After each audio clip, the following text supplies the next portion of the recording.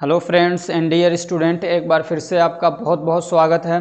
तो आज की इस वीडियो में हम लोग पढ़ने वाले हैं HAP यानी ह्यूमन एनाटॉमी एंड फिजियोलॉजी का चैप्टर नंबर 2। तो चलिए शुरू करते हैं। और आज का हमारा टॉपिक है स्ट्रक्चर ऑफ सेल, और इसके अंदर जो भी आपके सिलेबस में टॉपिक्स दे रखे हैं उसको हम कवर करने की कोशिश करेंगे, और फिर लास्ट में इस चैप्टर से जो क्वेश्चन अलग अलग स्टेट में पूछे गए हैं उसको मेंशन करेंगे। तो चलिए शुरू करते हैं। सबसे पहले हम लोग समझेंगे कि सेल क्या होता है, और इसका डेफिनेशन एक आध नंबर के क्वेश्चन या 2 नंबर का क्वेश्चन पूछता है, लेकिन आपको समझना ज़रूरी है। तो सेल की डेफिनेशन क्या है? Cell is the basic structural and functional unit of living organism. ये आपको ऐसे ही रट लेना है। रटना क्या है, एक लाइन का डेफिनेशन है, ठीक है। तो सेल क्या है? Basic structural and functional unit of living organism. ये क्या है? सबसे बेसिक है। बेसिक मतलब समझिए कि छोटा, स्मॉलेस्ट भी कह सकते हैं। सेल क्या है? Smallest structural and functional unit of living organism.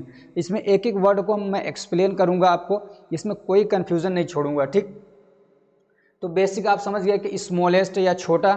Structural और फंक्शनल का मतलब क्या है? और ये जो है यहाँ पे स्ट्रक्चरल एंड फंक्शनल यूनिट, अगर इतना ही आप ध्यान देंगे तो आपको समझने में बड़ी दिक्कत होगी। इसको हम इसके साथ में लिविंग ऑर्गेनिज्म या लाइफ, लिविंग ऑर्गेनिज्म की जगह पे आप लाइफ भी कह सकते हैं, ठीक है ना। तब आप इसको जब यूनिट को इस लाइफ से या लिविंग ऑर्गेनिज्म से मिला के समझेंगे तब आपको अच्छे से समझ में आएंगी सारी बातें। तो सेल क्या है? Basic structural and functional unit है। किसका? लिविंग ऑर्गेनिज्म का। क्या मतलब है कि मुझे आप देखिए कि मैं एक लिविंग ऑर्गेनिज्म हूँ, ठीक। अब मैं जो बना हूँ, तो मेरा जो स्ट्रक्चर बन रहा है, तो उसके लिए जो बेसिक यूनिट है, अब यूनिट क्या है उस पर भी आऊँगा, ठीक है ना। तो मेरे ये बॉडी का जो एक पूरा स्ट्रक्चर आपको दिख रहा है, इसके बनाने के लिए जो बेसिक स्ट्रक्चर है वो कहाँ से मिलता है? हमको सेल से मिलता है। इसीलिए कहते हैं कि सेल जो होता है ये बिल्डिंग ब्लॉक होता है। बिल्डिंग ब्लॉक ऑफ बॉडी, ठीक है ना। बिल्डिंग ब्लॉक का मतलब क्या होता है कि जैसे आपने देखा होगा कि घर बनता है तो उसमें एक ईंट लगा दिया, ठीक, फिर दूसरी ईंट लगा दी, फिर तीसरी ईंट लगती है। तो ये क्या है? ये घर बनाने के लिए बिल्डिंग ब्लॉक्स हैं। ऐसे ही हमारी बॉडी जो बनती है वो क्या है? सेल से। बहुत सारे सेल मिलते हैं तो टिश्यू बन जाते हैं, टिश्यू मिलते हैं तो ऑर्गन बन जाते हैं, ऑर्गन बहुत सारे जब एक साथ जमा होते हैं तो हम उससे बन जाता है एक सिस्टम, फिर बहुत सारे सिस्टम मिलके हमारी क्या होती है? बॉडी बनती है।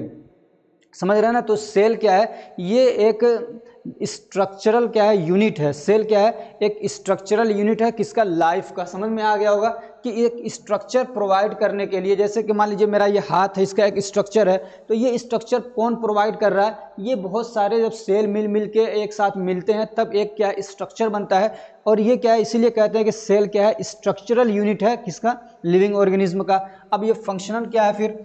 अब ये जो सेल है ना, ये अपने तौर पे बहुत सारे फंक्शन परफॉर्म करता है। जैसे कि मान लीजिए इसी सेल के अंदर आपका एनर्जी का प्रोडक्शन होता है, इसी सेल के अंदर आपका प्रोटीन बनता है, इसी सेल के अंदर आपके लिपिड बन जाती है। समझ रहे हैं ना। तो ये क्या है? बहुत सारे क्या कहते हैं फंक्शन परफॉर्म करता है हमारे लाइफ को जिंदा रखने के लिए, हमारे एक लिविंग ऑर्गेनिज्म के सर्वाइवल के लिए। समझ में आ रही बात? तो अब इतना आप समझ गए कि एक लिविंग ऑर्गेनिज्म को जिंदा रखने के लिए या उसके लाइफ के लिए सेल क्या है? एक बेसिक स्ट्रक्चरल और फंक्शनल यूनिट है, ठीक। स्ट्रक्चर मतलब स्ट्रक्चर देने के लिए, और फंक्शनल मतलब बहुत सारे फंक्शन परफॉर्म करता है हमारी बॉडी के अंदर जो होते हैं, तो वो सेल के अंदर होते हैं बहुत सारे, ठीक है ना।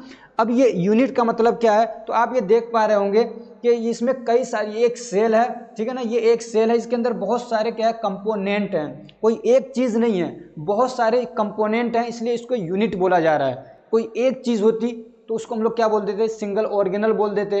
लेकिन सेल क्या है? कोई एक चीज़ नहीं है, इसके अंदर बहुत सारे कंपोनेंट हैं जो अलग अलग फंक्शन करते हैं। अगर सबका फंक्शन एक होता तब भी हम उसको सेल बोल देते या एक ऑर्गन बोल देते, लेकिन इसमें अलग अलग ऑर्गेनल्स हैं और अलग अलग उनके फंक्शन हैं, इसलिए ये क्या है? ये पूरा एक यूनिट है, एक कम्युनिटी है। समझ रहे हैं ना? एक पूरा यूनिट है। अब ये भी कि अब एक चीज़ और यहाँ ध्यान रखिए कि जो सेल होता है ये सबसे स्मॉलेस्ट कंपोनेंट नहीं होता है हमारी बॉडी का। ये बच्चे बहुत ज़्यादा कंफ्यूज होते हैं कि जो सेल है ये सबसे छोटा कंपोनेंट है। ऐसा नहीं है। इससे अब इसी सेल के अंदर देखो कितने छोटे छोटे कंपोनेंट्स दिख रहे हैं। तो ये नहीं कहना कि ये सबसे छोटा कंपोनेंट है, बल्कि ये सबसे छोटा स्ट्रक्चरल एंड फंक्शनल, सबसे छोटा स्ट्रक्चरल एंड फंक्शनल यूनिट है। सिर्फ ये भी नहीं कहेंगे कि सबसे छोटा यूनिट है, इसलिए कि इसी में माइटोकॉन्ड्रिया ये पूरा अपने आप में एक सेल है, लेकिन ये स्ट्रक्चरल नहीं है। फंक्शन बहुत सारा करता है, लेकिन ये स्ट्रक्चरल नहीं है। ये हमारी बॉडी के स्ट्रक्चर को बनाने के लिए, हमारी बॉडी के स्ट्रक्चर को बनाने के लिए ये मतलब एक तरीके से मतलब बेसिक रोल परफॉर्म नहीं करता है। समझ में आ रही बात है? नहीं तो इसका पूरा एक समझिए अपने आप में एक सेल है, इसके अंदर क्या कहते हैं बहुत सारी जो बेसिक ज़रूरतें होती हैं वो अपनी पूरी कर लेता है। समझ में आ रही बात? तो ये आपको कॉन्सेप्ट समझ में आ गया होगा कि सेल क्या है, basic structure and functional unit है लिविंग ऑर्गेनिज्म का, ये लाइफ के लिए, लाइफ को जिंदा रखने के लिए। चलिए अब इसमें जो ये क्या कहते हैं इसको समझ लेते हैं, फिर उसमें जो भी चीज़ें हैं उन सबको अलग अलग हम लोग बारी बारी से पढ़ेंगे, इसलिए कि आपके सिलेबस में पूछता है कि कंपोनेंट्स ऑफ सेल बताइए। तो सेल के क्या कंपोनेंट्स हैं? तो कंपोनेंट्स का मतलब यह है कि इसके अंदर जो चीज़ें पाई जाती हैं ये बहुत सारी, उन्हीं को बोलते हैं कंपोनेंट्स। इसके अंदर इतनी चीज़ें हैं कि अभी तक उनकी सारों की क्या है डिस्कवरी नहीं हो पाई, खोज नहीं हो पाई है। समझ रहे हैं ना? जो मेन चीजें हैं वो हम लोग पढ़ लेते हैं, ठीक है।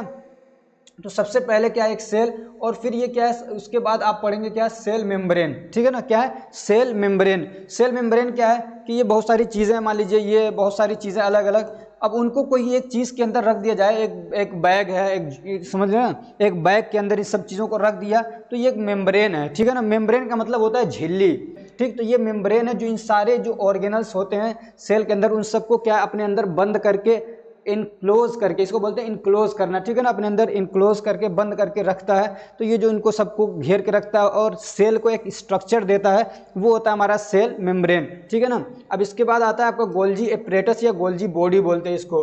गोल्जी बॉडी क्या करता है, ये जो यहाँ पे ना आपका ये क्या कहते हैं रफ एंडोप्लाज्मिक रेटिकुलम है, ये आपका स्मूथ एंडोप्लाज्मिक रेटिकुलम है। यहाँ पे क्या बनते हैं, प्रोटीन बनता है, यहाँ पे लिपिड बनता है, ठीक है। तो ये जो लिपिड वगैरह बनते हैं कुछ तो यहाँ पे भी स्टोर होते हैं और बाकी आके यहाँ पे स्टोर होते हैं। कहाँ पे? गोल्जी बॉडी के अंदर। ये देख रहे हैं ना, ये बन रहा है प्रोटीन वगैरह, तो ये आके यहाँ पे स्टोर होते रहते हैं। और भी क्या है, प्रोटीन वगैरह जो इधर उधर रहते हैं उनको मॉडिफाई करता है, रिसीव करता है और क्या करता है ये अपने यहाँ पे स्टोर कर लेता है, ठीक। उसके बाद आता है आपका सेंट्रोसोम। सेंट्रोसोम क्या होता है, ये जब सेल डिवीज़न में एक बहुत बेसिक मतलब रोल प्ले करता है, ठीक है ना। जैसे कि मान लीजिए एक सेल है, उससे दो सेल बनते हैं, फिर उस सेल फिर आपस में डिवीज़न होकर सेल बनते हैं। आदमी की बॉडी जब बढ़ती है तो कैसे बढ़ती है, सेल का डिवीज़न होता है, ठीक है ना। तो सेल डिवीज़न में ये बहुत अहम रोल क्या है प्ले करता है। उसके बाद आता है आपका वैक्यूल। तो वैक्यूल क्या है, ये समझिए कि आप कोई खाली जगह है, ठीक है ना। ये जैसे कि मान लीजिए वाटर वगैरह है या और भी जो इधर उधर की चीज़ें होती हैं तो ये अपने अंदर स्टोर करके रख लेता है। इसका समझिए कि जो खाना होता है इसका वो इसमें क्या है आके स्टोर होके रहते हैं वैक्यूल के अंदर, और वाटर वगैरह ज़्यादा अमाउंट में यहाँ पे स्टोर रहता है, ठीक। उसके बाद आता है आपका माइटोकॉन्ड्रिया।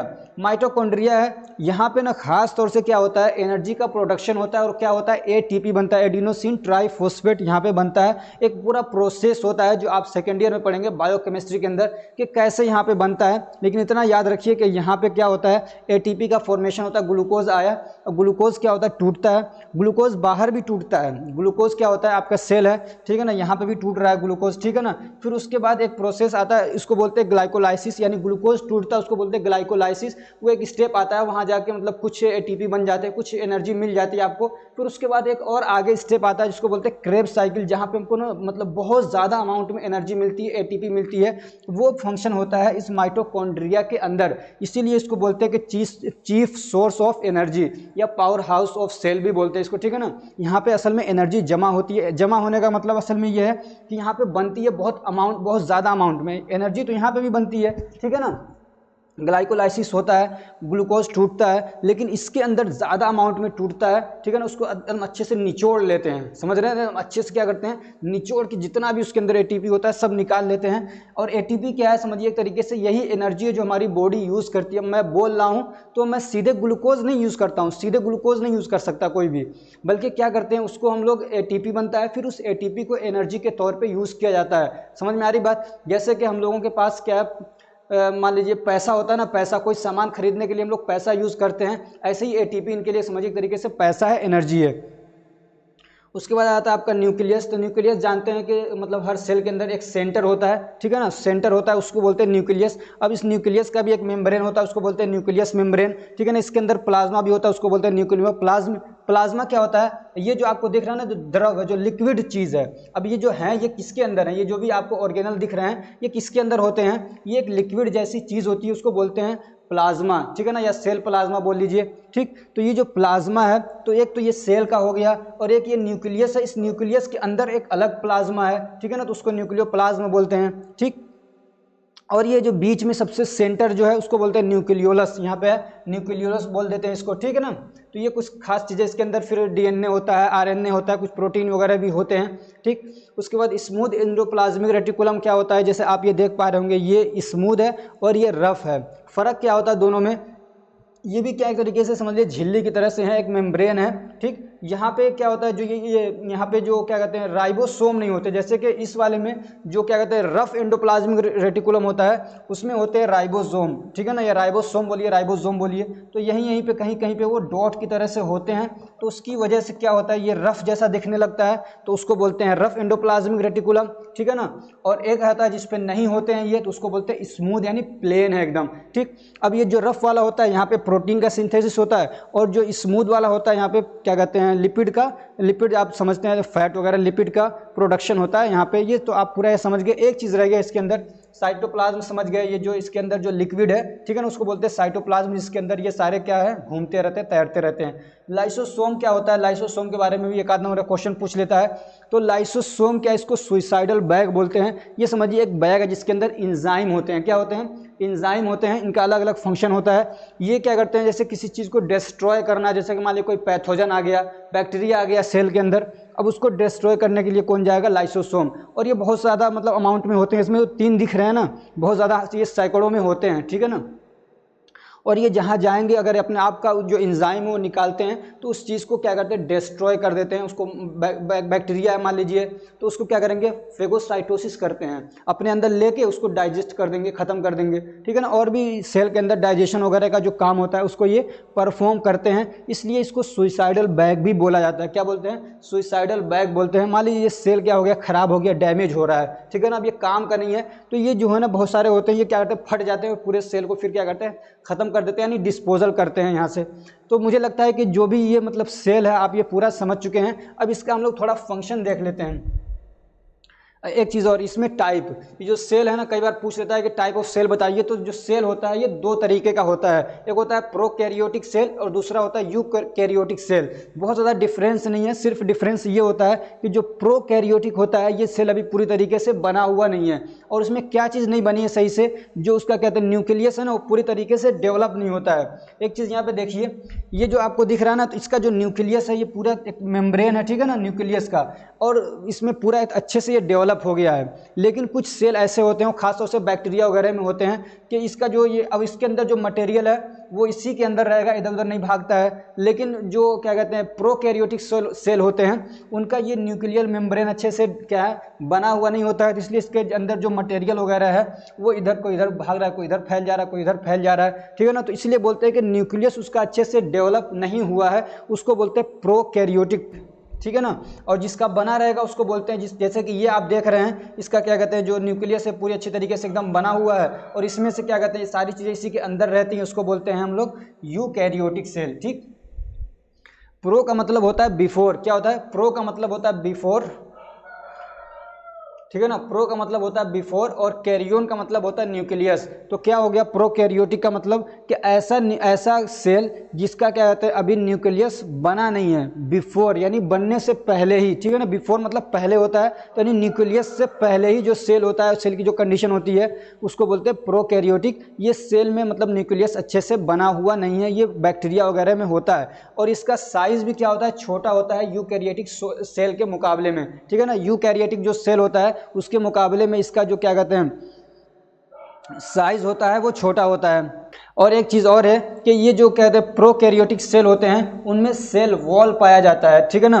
सेल वॉल क्या है एक चीज़ समझ लीजिए, ये भी एक तो आप देख रहे हैं ये मेम्ब्रेन, ठीक है ना, ये है, इसको हम लोग बोलते हैं सेल मेम्ब्रेन, और इस मेम्ब्रेन के बाद एक और मेम्ब्रेन ऐसे चढ़ जाए, ठीक है ना, एक और दीवार बना दी जाए खूब मजबूत सी, जो सेल वॉल कहते हैं उसको। जो सेल वॉल होता है वो बहुत मोटा होता है और मजबूत होता है, वो बहुत मोटा होता है मजबूत होता है, तो बैक्टीरिया वगैरह में पाया जाता है और प्लांट वगैरह में सेल वॉल पाया जाता है, ठीक है ना।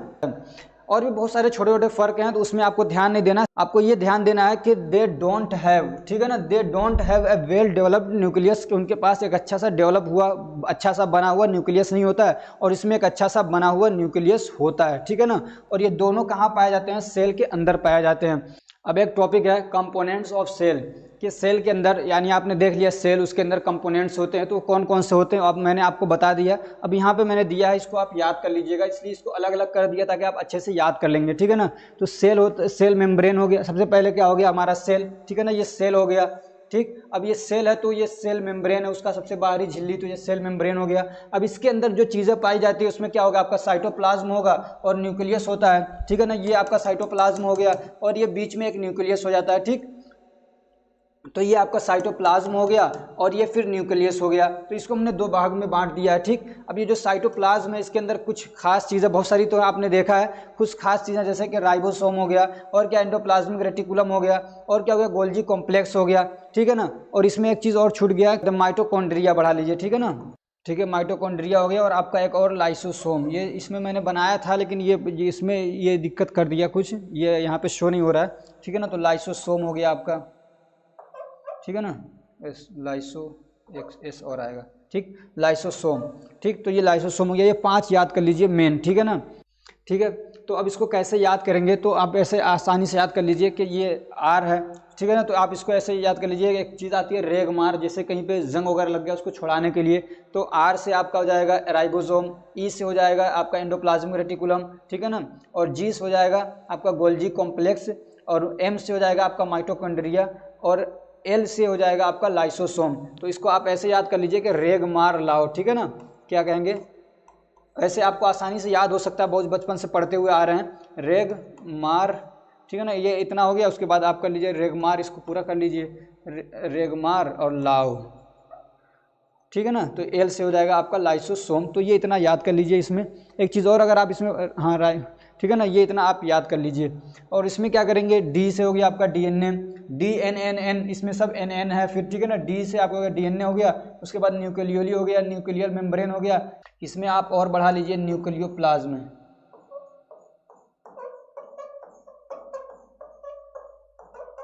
उसके अलावा और क्या कर सकते हैं, इसमें न्यूक्लियोलस कर लीजिए, ठीक है ना। तो आप एन एन से कर लीजिएगा।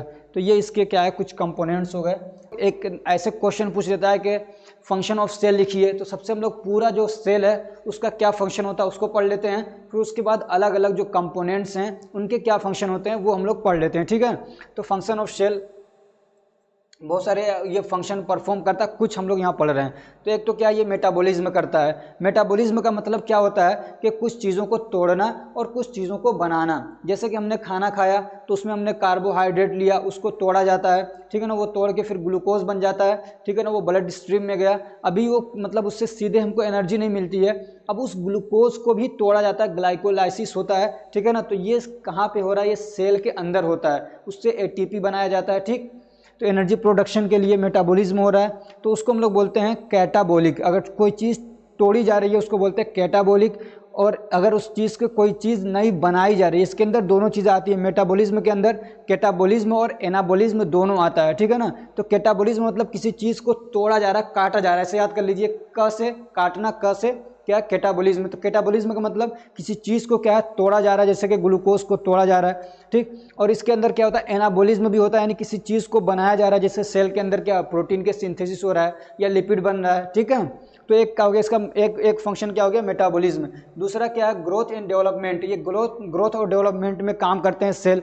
मतलब मान लीजिए बच्चा है छोटा सा, उसका ग्रोथ हो रहा है, डेवलपमेंट हो रहा है, वो बढ़ रहा है, तो कैसे होता है, सेल बढ़ते हैं। एक तो इस सेल का साइज बढ़ता है और दूसरे सेल डिवीजन होकर सेल का नंबर बढ़ता है, ठीक है ना। एक सेल था, 2 हो गए, 2 थे 4 हो गए, 4 थे 8 हो गए, तो सेल का नंबर भी बढ़ रहा है और सेल का साइज भी बढ़ रहा है। तो उसमें ये सेल हमको क्या करता है, हेल्प करता है। ऐसे एनर्जी प्रोडक्शन में काम करता है, जैसा कि मैंने आपको बताया।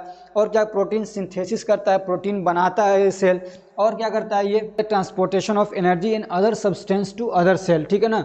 एक तो मान लीजिए एक सेल के अंदर ज़रूरत है, वहाँ पे उसकी ज़रूरत अभी नहीं है। मान लीजिए एक सेल है, उसके पास में क्या है, एनर्जी है, और वहाँ पे अभी उसको यूज़ नहीं हो रहा है, लेकिन कहीं दूसरी जगह जहाँ पे ज़्यादा यूज़ हो रहा है तो वहाँ पे उसको क्या करते हैं, भेजते हैं ये। जैसे कि मान लीजिए मेरा हाथ चल रहा है अभी और मेरी ज़बान ज़्यादा चल रही है, बाकी चीज़ें इतनी चल नहीं रही हैं, तो वहाँ पे एनर्जी का कंजप्शन कम हो रहा है, लेकिन ज़बान बार बार चल रही है, बार बार चल रही है, तो ये अकेले कितना बनाएगा। तो फिर क्या होता है, दूसरे जो सेल होते हैं ना, वो अपनी एनर्जी को उधर भेजते हैं, तो वही कहा जा रहा है कि ट्रांसपोर्टेशन करते हैं। ऐसे क्या है, फाइट अगेंस्ट इन्फेक्शन। जो हमारे सेल होते हैं वो क्या कहते हैं, इन्फेक्शन के अगेंस्ट भी फाइट करते हैं। पे इन्फेक्शन यानी जो हमको बीमारी करने वाले पैथोजन होते हैं, बैक्टीरिया, वायरसेस, वो अंदर आते हैं तो उसको फेगोसाइटोसिस करते हैं, उसको मारते हैं, उसके अगेंस्ट क्या एंटीबॉडीज़ वगैरह बनाते हैं। तो ये काम भी सेल का होता है, जैसे कि WBC का एक मेन रोल होता है इसके अंदर। ठीक, ऐसे क्या प्रोडक्शन ऑफ हार्मोन, ये जो सेल होते हैं ये हार्मोन का प्रोडक्शन भी करते हैं। ठीक है ना, अलग अलग हमारे क्या कहते हैं ग्लैंड है जहाँ से क्या कहते हैं हार्मोन रिलीज होता है। जैसे कि मान लीजिए हमारा एक एड्रीनल ग्लैंड है जहाँ से एड्रीनलिन रिलीज होता है। तो ऐसे बहुत सारे हार्मोन हमारे ऐसे क्या है, बहुत सारे ग्लैंड हैं। तो ग्लैंड के अंदर भी तो क्या है, सेल ही तो है, उस सेल से मतलब क्या कहते हैं हार्मोन रिलीज होता है। और कई सारे ऐसे भी सेल हैं जहाँ पे वो पूरा ग्लैंड नहीं है, लेकिन वो क्या कुछ सेल हैं वहाँ से ही हार्मोन रिलीज हो जाते हैं या न्यूरोट्रांसमीटर वगैरह रिलीज होते रहते हैं। ठीक, और क्या होम्योस्टेटिस में होम्योस्टेसिस में ये काम करते हैं। होम्योस्टेसिस का मतलब क्या होता है, जैसे कि मान लीजिए मेरा टेम्परेचर बॉडी का बढ़ रहा है, बॉडी का टेम्परेचर क्या हो रहा है, बढ़ रहा है, तो उसको मेंटेन करने के लिए क्या होता है, पसीना रिलीज होने लगता है। तो ये कौन करता है, ये सेल परफॉर्म करते हैं। ठीक है ना, बॉडी का टेम्परेचर हो गया या pH लेवल को मेंटेन करने में काम करते हैं, या जो आयंस होते हैं हमारी बॉडी के अंदर उनका कंसंट्रेशन मेंटेन करने में क्या है, सेल काम करते हैं, उसको बोलते हैं होम्योस्टेसिस। आयंस क्या होते हैं, जैसे कि सोडियम आयंस होंगे, सोडियम आयंस हो गए, कैल्शियम आयंस हो गए, इनकी बड़ी ज़रूरत होती है हमारी बॉडी के अंदर। हम लोग नमक लेते हैं तो वहाँ से हमको सोडियम आयन मिल जाते हैं, क्लोरीन आयन मिल जाते हैं। ऐसे ही हम लोग पोटेशियम वगैरह खाते हैं, बहुत सारी जो चीज़ें खाते हैं खाना, उसमें हमको पोटेशियम मिल जाता है, जिंक आयंस मिल जाते हैं। ठीक है ना, तो उनको मेंटेन करने का कभी ज़रूरत पड़ती है बॉडी से बाहर निकालने का तो बाहर निकालते, कभी ज़रूरत पड़ती है रोक के रखने का तो रोक के रखते हैं। तो ये काम भी सेल का होता है। ठीक, अब ये कि अलग अलग जो हमारे बॉडी के ये हमारे अब जो अलग अलग हमारे क्या कहते हैं सेल के कंपोनेंट्स हैं, उनका हम लोग थोड़ा सा मतलब एक ओवरव्यू देख लेते हैं। कई बार क्वेश्चन पूछ लेता है, और ख़ास तौर से माइटोकॉन्ड्रिया के बारे में तो पूछता है ज़्यादातर। ठीक है ना, इसका स्ट्रक्चर देना मैं भूल गया हूँ, बहुत आसान सा स्ट्रक्चर, उसको देख लीजिएगा आप। ठीक है ना, तो माइटोकॉन्ड्रिया क्या है, तो माइटोकॉन्ड्रिया आर इंट्रासेलुलर। ये माइटोकॉन्ड्रिया ना, ये क्या कहते हैं सिंगुलर नहीं है, इसका सिंगुलर होता है माइटोकॉन्ड्रियम। ठीक है ना, तो mitochondria are intracellular organelles that are essential for energy production through a process called cellular respiration. ठीक है, ये मैंने इसका फंक्शन बता भी दिया था। ये क्या है, आप इसको कैसे लिखेंगे, तो ये कहेंगे माइटोकॉन्ड्रिया इंट्रासेलुलर ऑर्गेनल्स हैं। इंट्रासेलुलर मतलब कि जो सेल के अंदर पाए जाते हैं। ठीक है ना, सेल के अंदर पाया जाता है उसको इंट्रासेलुलर बोलेंगे, सेल के बाहर जो चीज़ पाई जाती है उसको एक्स्ट्रा सेलुलर बोलेंगे। ठीक है ना, और ये एनर्जी प्रोडक्शन के लिए काम करते हैं। और जो प्रोसेस हो और एनर्जी प्रोडक्शन के लिए जो प्रोसेस है उसको बोलते हैं सेलुलर रेस्पायरेशन। ठीक है ना, क्या बोलते हैं इसको, सेलुलर रेस्पायरेशन बोलते हैं। अब ये सेलुलर रेस्पायरेशन को और डीपली अब जब देखने जाते हैं तो उसको हम लोग वहाँ पे बोलते हैं ग्लाइकोलाइसिस हो रहा है, क्रेब्स साइकिल चल रहा है, TCA साइकिल भी बोलते हैं उसको। ठीक, इसलिए हम लोग क्या है, चूँकि यहाँ पे एनर्जी का प्रोडक्शन होता है तो इसलिए इसको हम लोग क्या बोलते हैं, पावर हाउस ऑफ सेल बोला जाता है माइटोकॉन्ड्रिया को, या चीफ सोर्स ऑफ एनर्जी बोला जाता है, या स्टोर हाउस ऑफ एनर्जी बोला जाता है।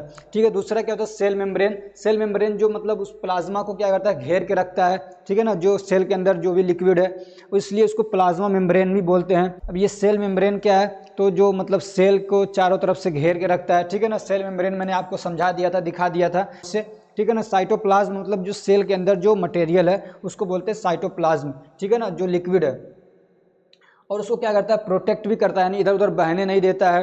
अब ये किसका बना होता है, तो फॉस्फोलिपिड बाई लेयर का बना होता है। फॉस्फोलिपिड मतलब क्या है, उसमें फॉस्फोरस और लिपिड है, और दो बाई लेयर का, एक लेयर दो लेयर। ठीक है ना, दो लेयर बना रहता है, उसका पूरा एक स्ट्रक्चर होता है, उसमें डीप नहीं जाना आपको। ठीक है ना, फॉस्फोलिपिड बाई लेयर का बना होता है ये।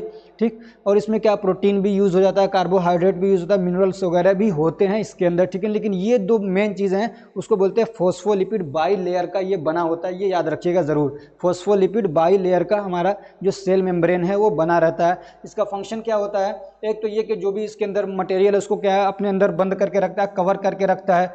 और दूसरे इसका एक मेन काम ये भी होता है इस मेम्ब्रेन का कि कुछ चीज़ों को अंदर आने देता है सेल के, और कुछ चीज़ों को नहीं आने देता है। ठीक है ना, ऐसे ही कुछ चीज़ों को बाहर जाने देता है और कुछ चीज़ों को बाहर नहीं जाने देता है। ठीक, इसी से किसी भी सेल की परमिएबिलिटी क्या है, मतलब पता चलती है कि कितना परमिएबल। अगर ज़्यादा परमिएबल होता है तो ज़्यादा चीज़ों को अंदर आने देता है, अगर कम परमिएबल होता है तो कम चीज़ों को अंदर आने देता है। और इसका काम ये भी होता है कि ये प्रोटेक्शन प्रोवाइड करता है सेल को। ठीक है, और एक शेप भी देता है। इसी सेल मेम्ब्रेन की वजह से ही एक सेल को शेप मिलता है, वरना लिक्विड है कैसे इधर बह जाएंगे उधर बह जाएंगे, तो वो उसको घेर के रखता है, तो एक शेप बन जाता है सेल का।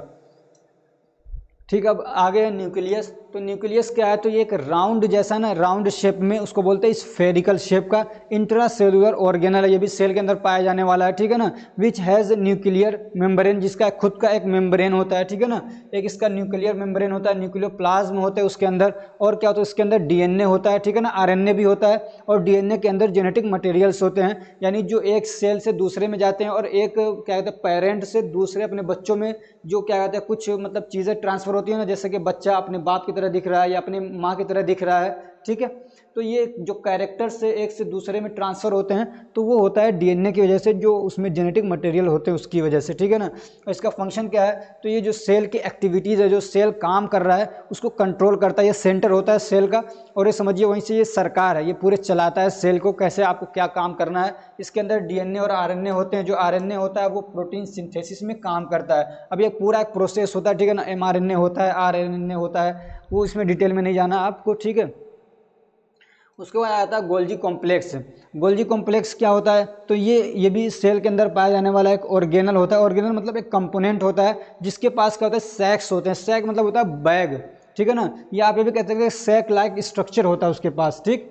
अब उसके अंदर वो क्या करता है, जो भी मतलब क्या कहते हैं प्रोटीन वगैरह बन रहा है या कहीं पे लिपिड वगैरह है, तो उनको क्या करता है, रिसीव करता है, क्या करता है, रिसीव करता है, फिर उसको मॉडिफाई करता है, यानी उसको अच्छे साफ सुथरा करके स्टोर कर लेता है अपने पास, ठीक है ना। जैसे कि प्रोटीन हो गया, लिपिड्स हो गए, ठीक है ना, और फिर उनको जहाँ पे ज़रूरत होती है सेल के अंदर या सेल के बाहर, ठीक है ना, उनको ये जो उसने प्रोटीन को या लिपिड को अपने अंदर स्टोर किया है, तो अगर उसको ज़रूरत होती है सेल के बाहर भेजने की तो सेल के बाहर भेज देता है, या सेल के अंदर अगर ज़रूरत होती है तो सेल के अंदर भी रखता है उसको, ठीक है। और क्या, it works like a packaging and distributing centre. इसको हम लोग ये भी बोलते हैं कि पैकेजिंग और डिस्ट्रीब्यूटिंग सेंटर होता है, ठीक है ना। कोई फैक्ट्री है तो उसमें जो चीज़ें बन वगैरह रही हैं, जैसे कि मान लीजिए क्या कहते हैं एंडोप्लाज्मिक रेटिकुलम में प्रोटीन वगैरह बन रहा है, लिपिड वगैरह बन रहा है, तो वो उनको क्या कहता है रिसीव करता है, पैक करता है, और फिर क्या है भेजता है जहाँ पे ज़रूरत होती है। उसके बाद आता है आपका लाइसोसोम, इसको सुसाइडल बैग भी बोलते हैं, ठीक है ना। इसके अंदर इंजाइम वगैरह होते हैं, अभी सेल के अंदर पाए जाते हैं बड़ी तादाद में, ठीक है ना, ये हज़ारों में पाए जाते हैं। तो जिसके अंदर क्या होता है, डाइजेस्टिव इंजाइम होते हैं, यानी जो किसी चीज़ को डाइजेस्ट कर दें, यानी किसी चीज़ को गला दें, उसको तोड़ दें, उसको भस्म कर दें, उसको डिस्ट्रॉय कर दें, तो ऐसे इंजाइम होते हैं इनके पास में, ठीक है ना। और ये इसके अलावा ये क्या है, सेल के अंदर ये हेल्प करते हैं डाइजेशन में, किसी चीज़ को डाइजेस्ट करना है, तोड़ना वगैरह है तो उसमें हेल्प करते हैं। ऐसे फेगोसाइटोसिस में ये काम करते हैं कि बैक्टीरिया वगैरह आ गया उसको अपने अंदर लेके उसको डाइजेस्ट कर देते हैं, डिस्ट्रॉय करते हैं, ठीक है ना। और कई बार ऐसा होता है, कभी ज़रूरत पड़ती है तो ये बस्ट आउट हो जाते हैं, अपने आप को फाड़ देते हैं एकदम से, और पूरा सेल फिर क्या होता है, डैमेज हो जाता है, ठीक। उसके बाद आता है आपका एंडोप्लाज्मिक रेटिकुलम। तो एंडोप्लाज्मिक रेटिकुलम मैंने बताया कि ये दो तरीके का होता है, ये भी एक मेम्ब्रेन होता है, ठीक है ना। ये आपका सेल हो गया, मान लीजिए न्यूक्लियस हो गया, तो यहाँ से ये ऐसे ऐसे ऐसे ऐसे बने रहते हैं, कभी यहाँ पे मिले रहते हैं, कभी इधर भी मिले रहते हैं, और हो सकता है इधर भी न भी मिले हों, ऐसे ऐसे वो मतलब रहते हैं। अब कभी ऐसा होता है कि इस पर डॉट्स होते हैं, ठीक है ना, डॉट जैसा स्ट्रक्चर होता है जिसको बोलते हैं हम लोग राइबोसोम, ठीक है ना। अब ये होते हैं, ठीक ना। और एक ऐसा होगा आपका कि जो मतलब ऐसे है, ऐसे ऐसे ऐसे है, और उस पर कोई डॉट नहीं है, तो ये जो आपका दिख रहा है ना, ये जो मतलब प्लेन है, तो इसको हम लोग बोलते हैं स्मूथ सरफेस। इसका सरफेस क्या है, स्मूथ है सरफेस, तो इसको बोलते हैं स्मूथ सरफेस एंडोप्लाज्मिक रेटिकुलम। और जिसमें ये डॉट जैसा स्ट्रक्चर देखते हैं उसको बोलते हैं हम लोग रफ एंडोप्लाज्मिक रेटिकुलम, ठीक। इस वाले में प्रोटीन का सिंथेसिस होता है, और इस वाले में क्या होता है आपका लिपिड का प्रोडक्शन होता है, सिंथेसिस होता है, यहाँ से बनते हैं, ठीक। यही सारी चीज़ें इसके अंदर बताई गई हैं। और ये रफ क्यों होता है, कि इसकी वजह से ये रफ दिखता है, ठीक है ना, खुरदुरा खुरदुरा सा दिखता है। अब आगे आपका क्वेश्चन, ठीक है ना। इसको अगर स्क्रीनशॉट लेना चाहें तो आप ले सकते हैं, इसको मिटा दूं मैं, स्क्रीनशॉट लेना चाहें तो इसका ले लीजिए। आगे बढ़ते हैं हम लोग, यहाँ पे अब क्वेश्चन देख लेते हैं हम लोग कुछ। तो सबसे पहले क्या है क्वेश्चन आपका, डिफाइन सेल। सेल क्या होता है उसको डिफाइन करना है। और उसके बाद क्या है, write a note on components of cell. Cell और कंपोनेंट क्या, उसके ऊपर एक नोट लिखिए। तो पूरा मैंने अच्छे से आपको याद भी करा दिया, डिफाइन भी कर दिया, एक्सप्लेन भी कर दिया। और उसके बाद क्या कह रहा है कि draw a neat and level diagram of cell. Cell का एक नीट और लेवल डायग्राम बनाइए, ठीक।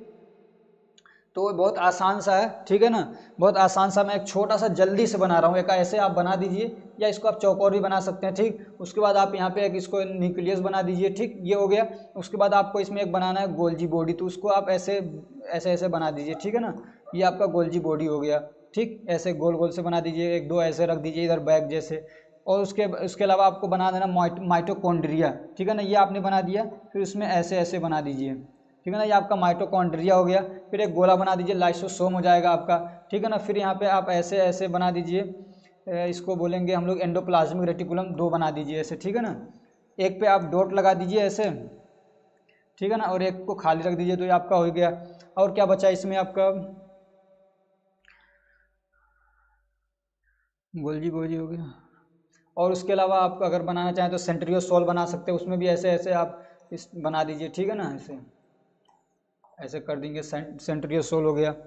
और क्या बनाना है इसमें, लाइसोसोम हो गया, राइबोसोम हो गया, इसको राइबोसोम दिखा दीजिए, या आप ऐसे छोटे छोटे बना दीजिए। और इसमें कहीं कहीं ना ऐसे ऐसे बना दीजिए, ठीक है ना, ऐसे स्ट्रक्चर और भी बना दीजिए, बस हो गया इतना। तो इस तरीके से और आप देख लीजिएगा एक बार जो मैंने बना वहाँ पे दे रखा है, और उसके हिसाब से आप एक अच्छा सा नीट सा बना लीजिएगा।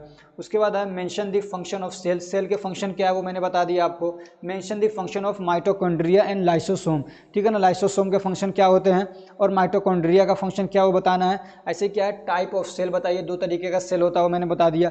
अब महाराष्ट्र का पेपर 2023 का था, उसमें कौन से क्वेश्चन पूछे गए, इसमें पूछा था right anatomy and function of mitochondria, 5 number का क्वेश्चन पूछा था कि इसका आपको स्ट्रक्चर भी बनाना है माइटोकॉन्ड्रिया का और इसका फंक्शन लिखना था। कर्नाटका में पूछा था व्हाट आर लाइसोसोम, 1 नंबर का क्वेश्चन था, लाइसोसोम क्या होते हैं। हरियाणा में इस चैप्टर से कोई क्वेश्चन नहीं पूछा गया था। बीटी यूपी में क्या पूछा गया, right a note on nucleus, nucleus के ऊपर आपको एक नोट लिखना है, ठीक है ना। और फिर एक क्वेश्चन 1 नंबर का था पावर हाउस ऑफ सेल किसको कहते हैं वो बताना आपको, ठीक। अगला पेपर हमारे पास गुजरात का, तो यहाँ पे पूछा था draw a neat labelled diagram of cell, ठीक है ना। और उसके बाद एक अच्छा सा साफ सुथरा सा डायग्राम बनाना है सेल का, और इसके जो ऑर्गेनल्स होते हैं उनको बताना है, ठीक है ना, उनको बनाना है उसके अंदर। उसके बाद है ये छत्तीसगढ़ का CSVTU, उसमें पूछा था right the function of mitochondria and microsome, mitochondria और माइक्रोसोम का फंक्शन क्या होता है वो लिखना है।